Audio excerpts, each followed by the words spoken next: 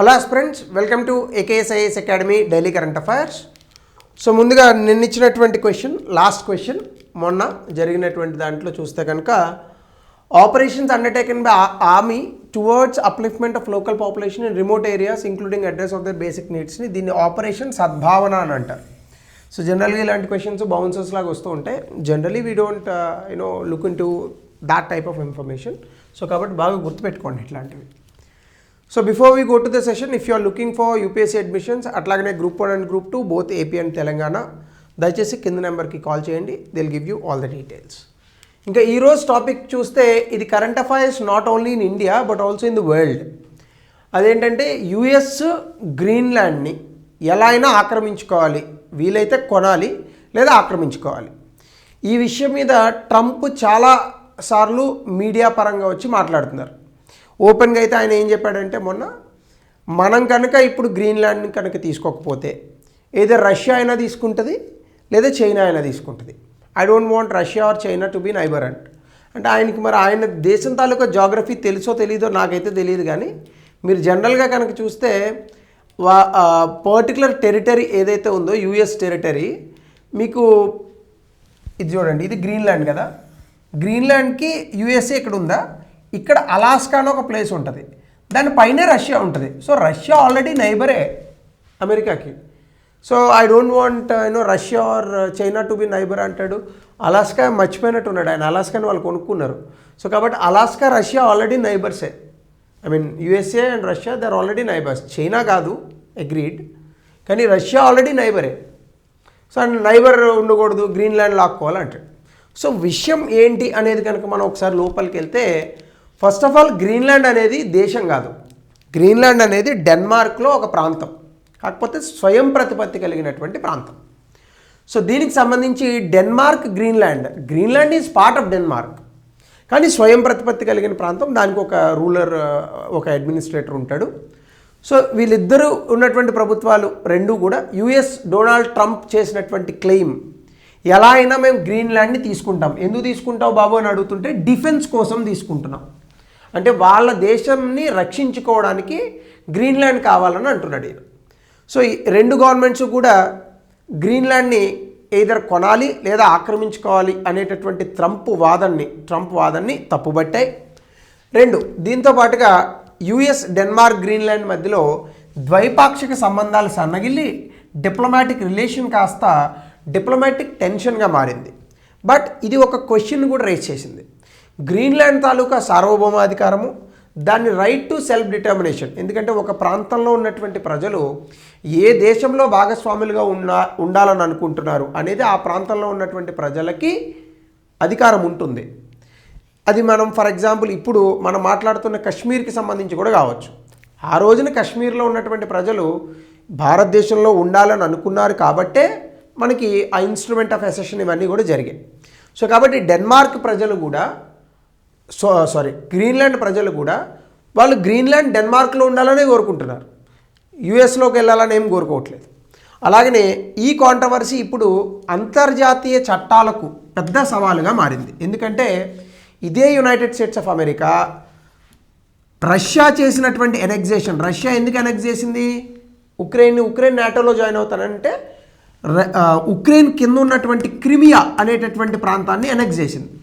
ఒరిజినల్గా మాట్లాడుకుంటే ఈ క్రిమియా అనేటటువంటి ప్రాంతం రష్యానే ఉక్రెయిన్కి గిఫ్ట్ ఇచ్చింది 1960 ఆ ప్రాంతంలో. కానీ అలాంటి క్రిమియా వీళ్ళకి ఇబ్బంది కలిగిస్తుంది, బ్లాక్ సీలోకి వాళ్ళు రావడానికి కుదరదు. కాబట్టి రష్యా ఉక్రెయిన్ నాటోలో జాయిన్ అవుతానంటే వాళ్ళ సెల్ఫ్ డిఫెన్స్ కోసం వీళ్ళు ఎనెక్స్ చేసింది. దీనికి ప్రతీకారంగా అమెరికా అనేక శాంక్షన్స్ విధించింది. ఇప్పుడు కూడా చెప్తున్నారుగా, నిన్న కూడా రష్యా శాంక్షన్స్ యాక్ట్ అని ఒక చట్టాన్ని తీసుకొచ్చారు సెనేట్లో.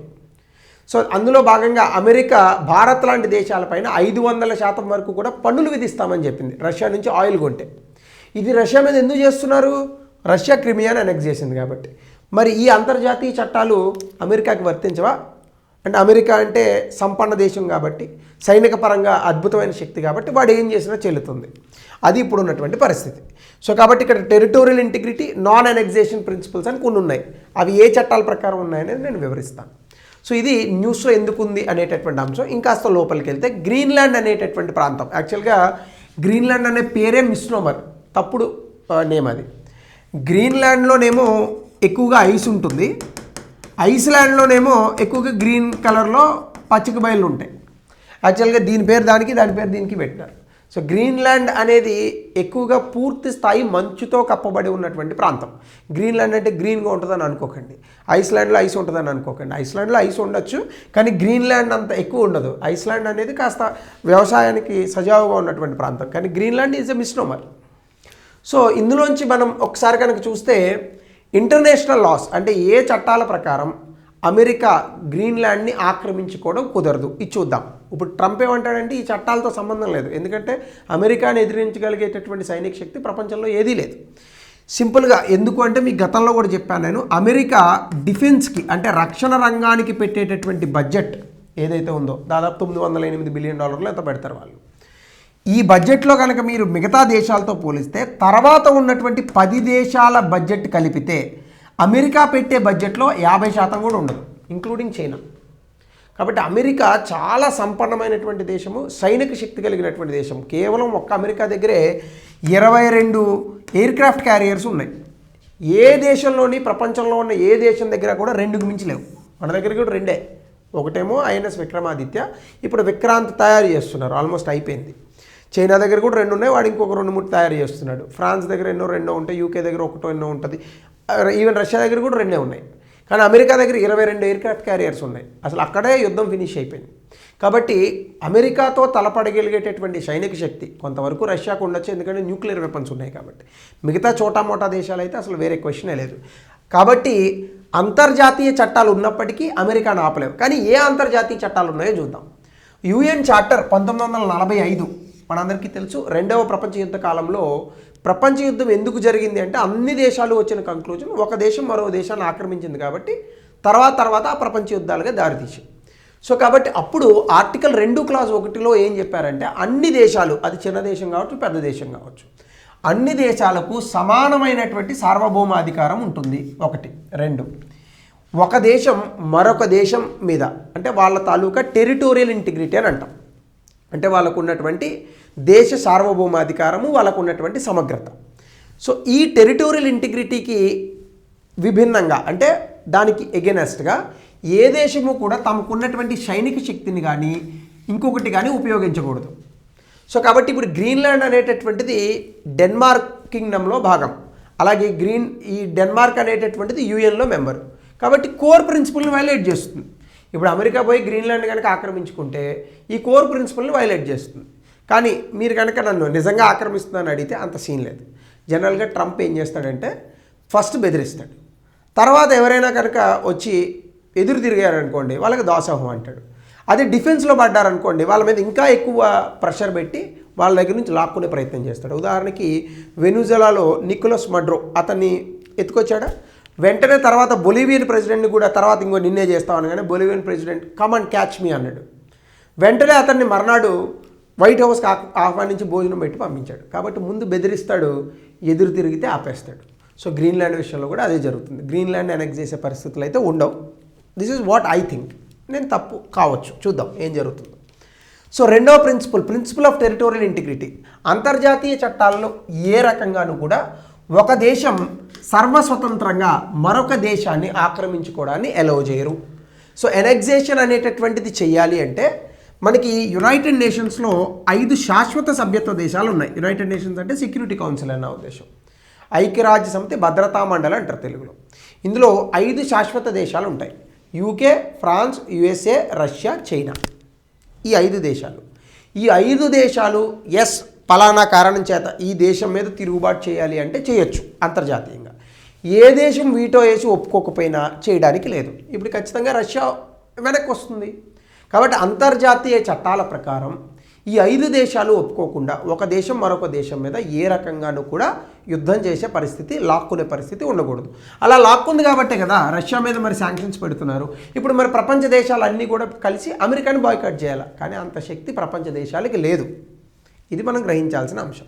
ఇక 3వది రైట్ టు సెల్ఫ్ డిటర్మినేషన్. అంటే ఐక్యరాజ్య సమితి చార్టర్ ఆర్టికల్ 1 ప్రకారం ఇంటర్నేషనల్గా అంటే అంతర్జాతీయంగా తీసుకొచ్చినటువంటి కొన్ని హక్కులు ఉన్నాయి. International covenant on civil and political rights ప్రకారం గ్రీన్లాండ్ అనేటటువంటి దానికి, గ్రీన్లాండ్లో ఉన్నటువంటి ప్రజానీకానికి వాళ్ళు ఏ దేశంలో ఉండాలని అనుకుంటున్నారు, రాజకీయంగా వాళ్ళ భవిష్యత్తు ఏంటి అనేది వాళ్ళ నిర్ణయించుకునేటటువంటి హక్కు ఉంది. దేని ప్రకారం? ఈ రెండిట్ల ప్రకారం.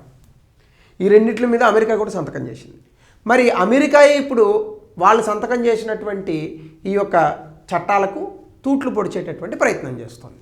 4 యుఎన్ జనరల్ అసెంబ్లీ రెజల్యూషన్ 1514 1960లో చేశారు. ఇదేంటంటే కొలోనియల్ కంట్రీస్ అంటే గతంలో వేరొక దేశాల చేత పరిపాలించబడినటువంటి దేశాలు, వీటిలో థర్డ్ వరల్డ్ కంట్రీస్ అని అంటారు.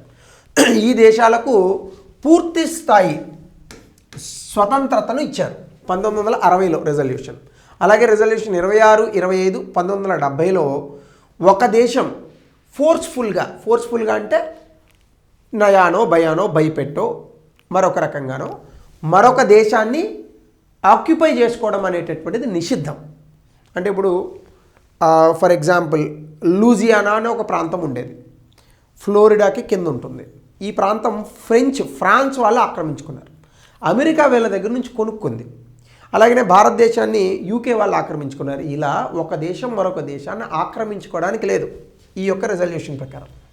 సో ఇవన్నీ కూడా non self governing and autonomous reasons like Greenland కూడా అప్లై అవుతాయి. ఈవెన్ హాంకాంగ్ కూడా అప్లై అవుతుంది. ఎప్పటి నుంచో మీరు కనుక చూస్తే తైవాన్ అనేటటువంటి ప్రాంతాన్ని చైనా ఎందుకు అనెక్స్ చేయట్లేదు? ఇదే రీజన్. ఇలా చేస్తే ప్రపంచ దేశాలు ఎదురు తిరుగుతాయి. సో ఇది 4వ అంశం. ఇంకా 5వ కారణం Denmark Greenland legal framework. Greenland అనేటటువంటిది డెన్మార్క్ యొక్క రాజ్యాంగం ప్రకారం సర్వస్వతంత్రత కలిగినటువంటి స్వయం ప్రతిపత్తి ప్రాంతం. సో అంటే ఇప్పుడు ఈ గ్రీన్లాండ్ని మార్చాలి అంటే డెన్మార్క్ రాజ్యాంగంలో మార్పులు తీసుకురావాలి. అంటే గ్రీన్లాండ్ తాలూకా ప్రజానీకము ఓకే అనాలి, డెన్మార్క్ దాన్ని అప్రూవ్ చేయాలి. అఫ్కోర్స్ ఆక్రమించుకుంటానని వచ్చేటోడికి రూల్స్ ఎందుకుంటాయి? ఇప్పుడు దొంగ ఉన్నాడండి, దొంగ నువ్వు కనుక దొంగతనం చేస్తే ఐపీసీ సెక్షన్ ప్రకారం నిన్ను జైల్లో వేస్తావంటే అవన్నీ తెలిస్తే వాడు లాయర్ అవుతాడు, దొంగ ఎందుకు అవుతాడు? సో అమెరికా కూడా ఇక్కడ ఇంతే, వాళ్ళకి ఈ చట్టాలన్నీ పనికిరావు. వాడి దగ్గర బలం ఉంది, లాక్కుంటానంటున్నాడు అంతే. నీ దగ్గర బలం ఉంటే పోరాడు. వియత్నాం లాంటి దేశమే 1950-60లో అమెరికా లాంటి బలమైన దేశం మీద గెలిచింది ఒక రకంగా చెప్పాలంటే. అంటే మిలిటరీగా ఓడిపోయి ఉండొచ్చు, రాజకీయంగా గెలిచింది. సో అట్లానే ఇక్కడ యూఎస్ఏకి లీగల్ స్టాండింగ్ లేదు, కానీ ఒకవేళ వాడు ఆక్రమించుకోవడానికి వస్తే వాడిని ఆపేటటువంటి దేశం ప్రపంచంలో ఏదీ లేదు. అలాగనే 6వది purchase of territory without consent. సాధారణంగా ఒక దేశం డబ్బులు ఇచ్చి మరొక దేశంలో ఉన్న ప్రాంతాన్ని కొనుక్కోవచ్చు. అలాగనే అలాస్కా అనేటటువంటి ప్రాంతాన్ని రష్యా నుంచి అమెరికా కొనుక్కుంది. కెనడా పైన ఉంటుంది రష్యా, అలాస్కా. కానీ ఈ యొక్క అంశాన్ని అంటే ప్రాక్టీస్ ఆఫ్ టెరిటోరియల్ పర్చేజ్ అనేటటువంటి దాన్ని ఆధునిక అంతర్జాతీయ చట్టాల ప్రకారం నిషేధించారు. సో కాబట్టి అక్కడ ఉన్నటువంటి ప్రజానీకం ఒప్పుకోకుండా, అంటే గ్రీన్లాండ్లో ఉన్న ప్రజానీకం ఒప్పుకోకుండా ఆ ప్రాంతాన్ని కొనుక్కుంటానంటే, అంటే ఇప్పుడు నేను అమ్మితే కదా మీరు కొనుక్కునేది. ఇప్పుడు నా దగ్గర ఈ పెన్ను ఉందండి, 100 రూపాయలు, ఇది నేను అమ్మితే కదా మీరు కొనుక్కునేది. నేను అమ్మను అంటే, నేను అయినా కొనుక్కుంటానంటే అది కొనుక్కోవడం అవుతుంది, లాక్కోవడం అవుతుంది. సో కాబట్టి దీని ప్రకారంగా కూడా మనం చూస్తే ఏ అంతర్జాతీయ చట్టాల ప్రకారం కూడా అమెరికాకి కొనుక్కునేటటువంటి హక్కు కానీ ఆక్రమించే హక్కు కానీ రెండూ లేదు. అలాగనే కస్టమరీ ఇంటర్నేషనల్లో ఆల్రెడీ మీకు ఇందాక చెప్పాను, అంతర్జాతీయ చట్టాల ప్రకారం ఏ దేశము మరొక దేశాన్ని ఆక్రమించడానికి లేదు. నాటో ఇంటర్నేషనల్ నార్మ్స్, అసలు గట్టిగా మాట్లాడుకుంటే నాటో నార్త్ అట్లాంటిక్ ట్రీటీ ఆర్గనైజేషన్లో డెన్మార్క్ భాగం. నాటోలో ఉన్న ఫండమెంటల్ ప్రిన్సిపల్ ఏంది? నాటోలో ఉన్నటువంటి ఏ దేశం మీద అయినా కూడా నాటో ఏతర దేశాలు దాడి చేస్తే నాటోలో ఉన్న అన్ని దేశాలు కలిసి దాడి చేస్తాయి. మరి ఇప్పుడు అమెరికా నాటోలో ఉంది, డెన్మార్క్ నాటోలో ఉంది. అమెరికాయే డెన్మార్క్ మీద దాడి చేస్తే మరి మిగతా వాళ్ళందరూ డెన్మార్క్ని కాపాడాలి కదా. సో ఇప్పుడు అదొక ఆబ్లిగేషన్ అనేటటువంటిది వస్తుంది. కాబట్టి అసలు నేనైతే ఏమనుకుంటున్నానంటే నాటో కూలిపోతే సగం దరిద్రం అవుతుంది దేశంలో, ప్రపంచంలో. కాబట్టి ఈ డెన్మార్క్ మీద వీడి దాడి చేయాలి, నాటో కూలిపోవాలి, హ్యాపీగా ఉంటుంది అప్పుడు. సో ఇది అంతర్జాతీయ చట్టాలు. అయితే అసలు యూఎస్ఏ గ్రీన్లాండ్ని ఎందుకు కావాలని కోరుకుంటుంది? ఫస్ట్గా ఇక్కడ మనం చూడాల్సింది, గ్రీన్లాండ్ అనేటటువంటి ప్రాంతం జియో స్ట్రాటజికల్గా అంటే చాలా వ్యూహాత్మకమైనటువంటి ప్రాంతంలో ఉంది. ఆర్కిటిక్ ధ్రువ ప్రాంతం ఏదైతే ఉందో, Arctic polar areas, they are completely under the snow. అంటే జనరల్గా అక్కడ 6 నెలలు పగలు 6 నెలలు చీకటి ఉంటుంది. కాబట్టి అక్కడ పర్మాఫ్రాస్ట్ అంటారు, అంటే పూర్తి స్థాయిలో మంచుతో కప్పబడినటువంటి ప్రాంతాలు. సో అక్కడి నుంచి ఏ రకమైనటువంటి షిప్స్ నావిగేట్ అవ్వలేవు. కానీ ఇప్పుడు వాతావరణ మార్పుల్లో భాగంగా ఈ ఆర్కిటిక్ ప్రాంతంలో ఉన్నటువంటి చాలా ప్రాంతాల్లో ఉన్న మంచు కరుగుతుంది. సో ఇక్కడ నుంచి రేపొద్దున షిప్పులు వెళ్ళగలుగుతాయి. సో నావిగేషన్ అనేటటువంటిది పాసిబుల్ అవుతుంది. కాబట్టి ఆర్కిటిక్ లొకేషన్లో కనుక ఈ యొక్క అమెరికా తాలూకా గ్రీన్లాండ్ దగ్గర కనుక వాడు బేసిస్ పెట్టుకోగలిగితే నార్త్ అమెరికాని, ఐరోపాని, ఇంకా ఇతర ప్రాంతాలను కూడా యుఎస్ఏ స్ట్రాటజికల్గా వ్యూహాత్మకంగా కంట్రోల్ చేయగలుగుతుంది. అలాగే పిటూఫిక్ స్పేస్ బేస్ అని ఆల్రెడీ తూలే ఎయిర్ బేస్ గ్రీన్లాండ్లో కొన్ని early warning systems, missile defence systems ఇవన్నీ ఉన్నాయి. ఇవన్నీ ఏంటంటే రష్యా, చైనా, నార్త్ కొరియా లాంటి దేశాలు అమెరికా మీద దాడి చేసినా ప్రప్రథమంగా ఈ ప్రాంతం నుంచి పట్టుకోవచ్చు. సో ఆ దాడిని నిర్వీర్యం చేసేటటువంటి ప్రయత్నం చేయొచ్చు. అంటే ఒక రకంగా దాడుల నుండి అమెరికాని కాపాడుకోవడానికి గ్రీన్లాండ్ అనేది చాలా పనికొస్తుంది డిఫెన్స్ పరంగా. అలాగనే గ్రీన్లాండ్, ఐస్లాండ్, యూకే గ్యాప్ అని ఒకటి ఉంది. ఈ ప్రాంతం నుంచి మిలిటరీ మూమెంట్స్ నార్త్ అట్లాంటిక్లోకి అద్భుతంగా చేయొచ్చు. దీనివల్ల రష్యా చాలా ఇబ్బంది పడుతుందట అమెరికా మీద దాడి చేయాలని అనుకున్న. అట్లాంటిక్ మహాసముద్రం దాటి రష్యా కిందకు వచ్చేటటువంటి సాహసమే చేయలేనటువంటి పరిస్థితి వస్తుందట. అలాగనే ఆర్కిటిక్లో ఉన్నటువంటి ఐస్ కనుక కరిగితే కొత్త సీ రూట్స్ వస్తాయి. దీనివల్ల అమెరికా ఈ ప్రాంతాలను యూజ్ చేసుకొని తన తాలూకా నెట్వర్క్ని పెంచుకొని ఎక్కువ వాణిజ్యం చేయాలని కోరుకుంటుంది. అలాగే గ్రీన్లాండ్లో చాలా అద్భుతమైనటువంటి పెట్రోల్ ఇట్లాంటివి దొరుకుతాయట తవ్వుకుంటే. సో అమెరికా వాడిది ఎప్పుడు ఇదే కదా, వాడి దగ్గర చాలా పెట్రోల్ ఉంది, వాడు తవ్వుకోడు. పక్కనున్న వెనుజులా, దుబాయ్ ఇలాంటి దేశాలకు పోయి తెచ్చుకుంటాడు. సో అది ఇక్కడ ఉన్నటువంటి మరొక అంశం. అలాగే ఆర్కిటిక్ పవర్ కాంపిటీషన్. రష్యా కూడా ఆర్కిటిక్ మహాసముద్రంలో తన తాలూకా ప్రెజెన్స్ని పెంచుకుంటోంది. ఈవెన్ చైనా కూడా ఆర్కిటిక్కి నియర్గా గ్రీన్లాండ్ లాంటి ప్రాంతాలకు అతి దగ్గరగా తన మిలిటరీ బేసెస్ని ఏర్పాటు చేసుకోవాలని అనుకుంటోంది. దానివల్లనే గ్రీన్లాండ్ తాలూకా ఇంపార్టెన్స్ పెరిగింది. ఒక రకంగా ట్రంప్ చెప్పేది కూడా కరెక్టే, పెరిగింది. కానీ నిజంగా చైనా, రష్యా వాళ్ళు అమెరికా మీద దాడి చేస్తారంటే ఐ డోంట్ థింక్ సో. అలాగనే గ్రీన్లాండ్ మీద కనుక కంట్రోల్ కనుక ఉంటే యుఎస్కి ఈ అమెరికా గ్రీన్లాండ్ చేతిలో ఉంటుంది కాబట్టి, గ్రీన్లాండ్ అమెరికా చేతిలో ఉంటుంది కాబట్టి ఈ రష్యా, చైనా ఆర్కిటిక్ ప్రాంతాల్లో ఉన్నటువంటి మిలిటరీ ప్రెజెన్స్ని తిప్పికొట్టచ్చు. సో అట్లాగనే ఎకనామిక్ అండ్ జియోపొలిటికల్ ఫ్యాక్టర్స్. ఇందాక చెప్పాను మీకు, ఐస్ అంతా కరిగిపోతుంది. సో దాని కింద ఉన్నటువంటి గ్యాసు, పెట్రోలు వీటన్నిటిని తవ్వుకొని హాయిగా ఆ సంపదను అనుభవించవచ్చు అమెరికా. సో అలాగనే గ్రీన్లాండ్ మెరైన్ రీసోర్సెస్ అంటే చుట్టుపక్కల ఉన్నటువంటి సముద్ర ప్రాంతాల్లో అద్భుతమైన రీసెర్చ్ పొటెన్షియల్ ఉంటుంది.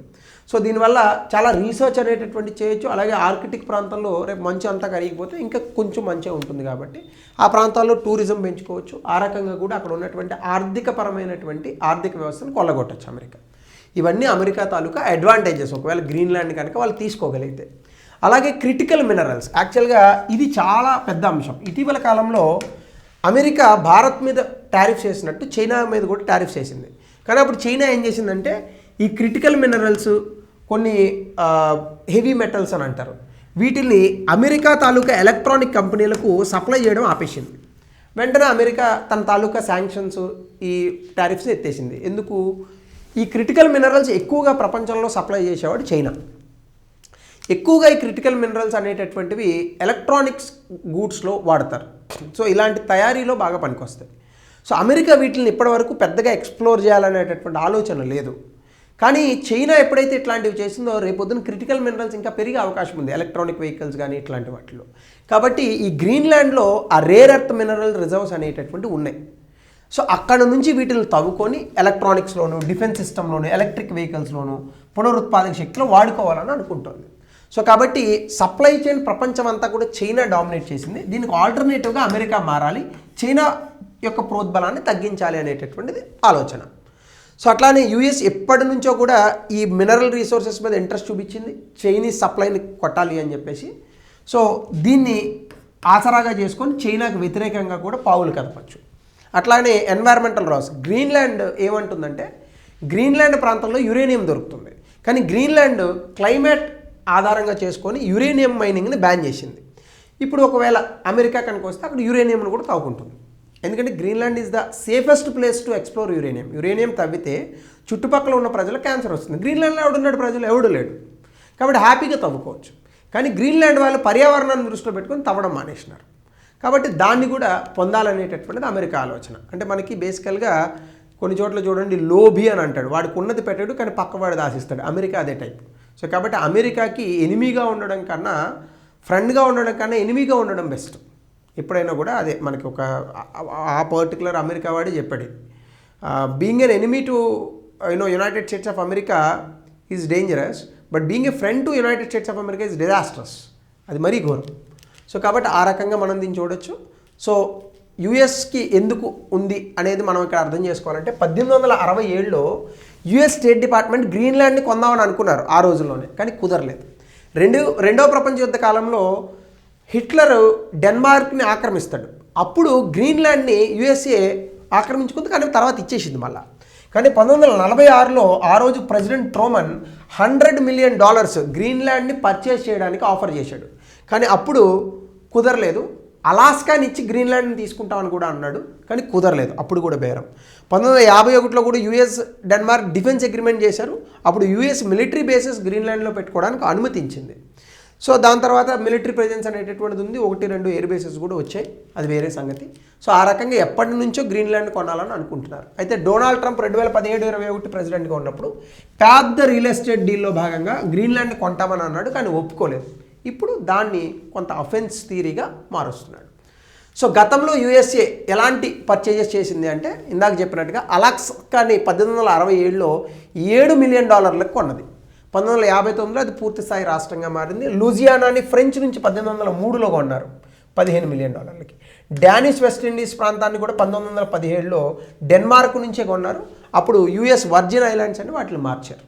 సో ఈ రకంగా యుఎస్ అనేక పర్చేజెస్ చేసింది, అందులో ఒకటి డెన్మార్క్ నుంచి కూడా ఉంది. కానీ ఇప్పుడు మాత్రం గ్రీన్లాండ్ అమ్మకానికి లేదు అని చాలా క్లియర్గా గ్రీన్లాండ్ తాలూకా అక్కడ ఉన్నటువంటి రూలర్స్, డెన్మార్క్ తాలూకా ప్రెసిడెంట్ చెప్పడం జరిగింది.